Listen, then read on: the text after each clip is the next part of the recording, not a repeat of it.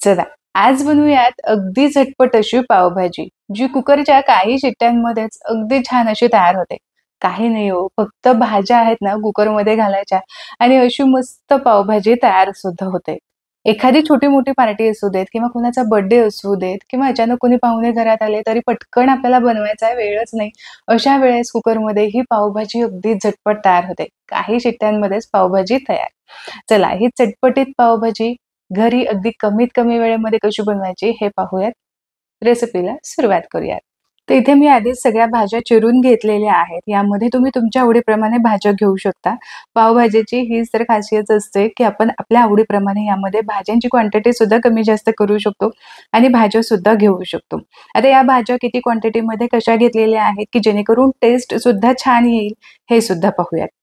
वाटीचे प्रमाण सांगते म्हणजे मग लक्षात येईल. इथे 1 वाटी भरून मी इथे फ्लॉवर घेतलेला आहे. हा स्वच्छ पाण्यात उकळून घेतलाय. पाऊण वाटी भरून आपल्याला इथं मटार घ्यायचा आहे. पावभाजीमध्ये रंग जर तुम्हाला हवा असेल, काश्मीरी लाल मिरची पावडर घालायची नसेल आणि रंग सुद्धा घालायचा नसेल ना, तर बीट थोडंसं जास्त वापरायचं. एक मध्यम आकाराचं बीट घेतलं होतं. हे चिरल्यानंतर बरोबर पाऊण वाटी भरलेलं आहे. पाव वाटी भरून आपल्याला गाजर घालायचं आहे म्हणजे एक मध्यम आकाराचं गाजर घेतलं आणि 2 मध्यम आकाराच्या शिमला मिरची ज्या पाव वाटी भरून भरलेल्या आहेत. मध्यम आकाराचे 3 बटाटे घेतले, साल काढून चिरल्यानंतर 1.5 वाटी भरलेले आहेत. तर अशी आपली भाजीची संपूर्ण तयारी झाली. आता कुकर मी गॅसवरती चढवलेला आहे.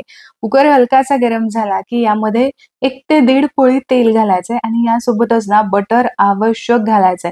फोडणीमध्ये बटर खरंच खूप छान स्वाद देतो पावभाजीला. एक वेळ तुम्ही वरून घेऊ नका, पण फोडणीमध्ये आवर्जून बटर घालायचं.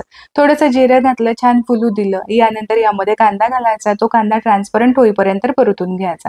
तर कांदा जो आहे तो बरोबर मी पाऊण वाटी भरून म्हणजेच मध्यम आकाराचे 2 कांदे मी इथे अतिशय बारीक चिरून घेतल्यात. भाज्या सुद्धा आपल्याला थोड्याशा लहान आकारामध्येच कट करून घ्यायच्या आहेत. कांदा थोडासा ट्रान्सपरंट होईपर्यंत परतून घेतला. यामध्येच आपल्याला आलं लसणाची पेस्ट 1 चमचाभर घालायची आणि यासोबतच 2 मध्यम आकाराचे टोमॅटो असे बारीक चिरून घेतलेत. हे सुद्धा छान सॉफ्ट होईपर्यंत परतून घेतले. कांदा आणि टोमॅटो चांगला परतला गेला, की यामध्ये काही पावडर मसाले घालायचे. तसे पावभाजीमध्ये जास्त मसाल्यांची गरज नसते.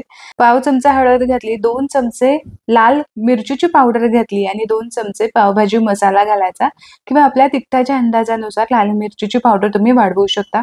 पावभाजीची जरी क्वांटिटी तुम्हाला वाढवायची असेल मसाल्याची, तरी तुम्ही इथे वाढवलीत तरी सुद्धा चालेल. मसाला काही सेकंदांसाठी परतून घेतला. आता यामध्ये आपण ज्या भाज्या निवडून ठेवल्या होत्या, चिरून ठेवल्या होत्या, या सुद्धा आपण स्वच्छ धुवून यामध्ये घालायच्या आहेत. लगेचच यामध्ये मीठ आणि पाणी घालायचं नाही, तर या भाज्या चांगल्या आधी मसाल्यांसोबत परतून घ्यायच्या. साधारण 2 ते 3 मिनिटांसाठी भाज्या चांगल्या परतल्या गेल्या, की मग छान स्वाद सुद्धा येतो आणि मस्त अशी खमंग पावभाजी तयार होते. तर तुम्ही इथे बघू शकता मस्त भाज्या मी परतून घेतलेल्या आहेत. आता यामध्ये चवीपुरतीचं मीठ घालूया. मीठ सुद्धा चांगलं मिक्स करून घेऊ आणि यासोबतच यामध्ये आपल्याला कोमट किंवा गरम पाणी घालायचंय. थंड पाणी अजिबात घालायचं नाही. थंड पाणी घातले तर चव थोडीशी वेगळी लागू शकते. गरम पाणी घातली की चव टिकून राहते.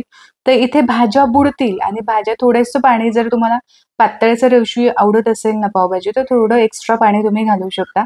पण भाज्या बुडतील इतपत पाणी घातलं की भाज्या सुद्धा व्यवस्थित शिजतात. सगळं घालून झालं, परतून झालं, पाणी सुद्धा ओतलं. आता कुकरचं झाकण लावूयात आणि कुकरच्या कमीत कमी 6 ते 7 शिट्ट्या करून घ्यायच्या आहेत.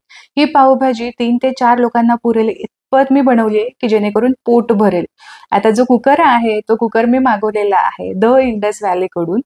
ट्रायप्लाय स्टेनलेस स्टीलचा हा कुकर आहे. आतमधलं याचं झाकण आहे आणि 5 लिटरच आहे. म्हणजे रेग्युलर वापरासाठी मला हा हवा होता म्हणून मी हा मागवला. यामध्ये छोटे-मोठे असे सुद्धा साइजेस आहेत. ते सुद्धा तुम्ही एकदा चेक करू शकता. लिंक मी डिस्क्रिप्शन बॉक्समध्ये देतेच आहे. 5 वर्षाची याची वॉरंटी आहे. ISI प्रमाणित सुद्धा आहे. खरं तर ॲल्युमिनियमपेक्षा ना रोजच्या वापरासाठी ट्रायप्लायची भांडी खरंच खूप आपल्या शरीरासाठी हेल्दी आहेत. एक हेल्दी कुकिंग यामध्ये आपण बनवू शकतो. स्टे कूल बॅकलाइट हँडल आहे, की जेणेकरून असे कुकर ना रोजच्या कामासाठी खूप कामी पडतात. म्हणजे तुम्ही यामध्ये भात तर बनवू शकतात, वरण-भाताचा कुकर लावू शकता, मोठ्या प्रमाणात भाजी करायची असेल ती करू शकता. इडलीचं भांडं सुद्धा तुम्ही यामध्ये स्टीम करण्यासाठी ठेवू शकता किंवा भाज्या आहेत त्या बनवू शकता. केक बेक तुम्ही यामध्ये करू शकता. आणि सगळ्यात महत्त्वाचं गॅस स्टोव्हवरती सुद्धा चालतो आणि फ्लॅट बेस असल्यामुळे हा इंडक्शनवरती सुद्धा तुम्ही वापरू शकता. बऱ्यापैकी हेवी हा कुकर आहे म्हणजे वर्षानुवर्ष तुम्ही हा वापरू शकता. काहीही होणार नाही. तुम्हाला जर मागवायचं असेल ना, तर लिंक मी डिस्क्रिप्शन बॉक्समध्ये तर दिलेलीच आहे. पण यासोबत जो खाली कुपन कोड दिसतोय, हा वापरून सुद्धा तुम्ही एक्स्ट्रा डिस्काउंट मिळवू शकता. तर वाट कसली पाहायची? आत्ताच ऑर्डर करा आणि डिस्काउंट मिळवा. कुकरच्या मी 6 ते 7 शिट्ट्या करून घेतलेल्या आहेत आणि कुकरमधली वाफ सुद्धा जिरली आहे. झाकण काढलं आणि अजूनही वाफ येतेय. हवं असेल तर थोडंसं तुम्ही थंड करून घेऊ शकता किंवा जर तुम्हाला असंच सोसवत असेल हाताला, तर तुम्ही लगेचच या कुकरच्या भांड्यामध्येच पोटॅटो मॅशरने आपल्याला व्यवस्थित भाज्या सगळ्या मॅश करून घ्यायच्यात किंवा झाकण काढून थोड्या वेळासाठी थंड होऊ द्या आणि मग मॅश करा. तर इथे तुम्ही बघू शकता परफेक्ट अशी आपली पावभाजी मॅश करून झालेली आहे. आता पुन्हा मी गॅसवरती चढवली आहे. आता वेगळा असा बटाट्याचा तडका द्यायची अजिबात गरज नाही, कारण आपण भांडी अजिबातच भरवणार नाही आहोत. त्यामध्ये मी फक्त काय केलं, की चमचाभर बटर घातलेला आहे आणि 1 छोटा चमचा भरून पावभाजी मसाला घातला. हा पुन्हा चांगला मिक्स करून घेतला. आयत्या वेळेत जेव्हा तुम्हाला पावभाजी सर्व्ह करायची आहे, वाढायची आहे, अशा वेळेस ही ट्रिक तुम्ही वापरू शकता. तर मस्त अशी पावभाजी झालेली आहे. जर तुम्हाला पावभाजी थोडीशी घट्ट वाटत असेल ना, तर यावरती कोमट पाणी तुम्ही घालू शकता आणि पुन्हा एकदा छान एक उकळी येऊ द्यायची आहे. भाजी तर आपली तयार झाली. पावसुद्धा भाजून घेऊ. थोडंसं बटर मी तव्यावरती घातलेलं आहे. यावरती पावभाजी मसाला किंवा तयार केलेली पावभाजी जी आहे, ती तुम्ही थोडीशी चमचाभर घातली तरी सुद्धा चालेल. थोडीशी कोथिंबीर घातली, थोडंसं परतून घेतलं आणि तव्यात पसरवून सुद्धा घेतलेलं आहे. एका वेळेस 4-4 पाव तुम्ही कापून इथे परतून घेऊ शकता किंवा माझ्याप्रमाणे हे पाव थोडेसे लहान आहेत, त्यामुळे अख्खेच पाव असेच मी दाबून भाजून घेतलेले आहेत. असे पाव पटकन भाजून सुद्धा होतात.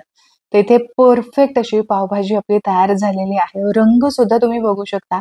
आपण कुठलीही काश्मीरी लाल मिरची पावडर घातलेली नाही किंवा रंग सुद्धा घातलेला नाही, तरी सुद्धा ही पावभाजी किती कमाल दिसतेय. तर यासोबत थोडासा कांदा, लिंबाची फोड आवर्जून द्यायची. वरून थोडंसं लिंबू पिळायचं आणि मस्त पावभाजीवरती ताव मारायचा आणि वरून थोडंसं बटर घालायला अजिबात विसरायचं नाही. तर चटपटीत अशी पावभाजी आपली तयार झालेली आहे. खूप मसाले सुद्धा वापरलेले नाहीत आणि अगदी झटपट अशी तयार झाली. तर आशा करते आजची ही पावभाजीची झटपट अशी रेसिपी तुम्हाला आवडली असेल. रेसिपी आवडली तर व्हिडिओला लाईक जरूर करा. तुमच्या मित्र आणि परिवारामध्ये ही रेसिपी नक्की शेअर करा. पुन्हा भेटूया अशाच एका खमंग आणि स्वादिष्ट रेसिपी सोबत. तोपर्यंत स्वस्त राहा आणि मस्त मस्त खात राहा.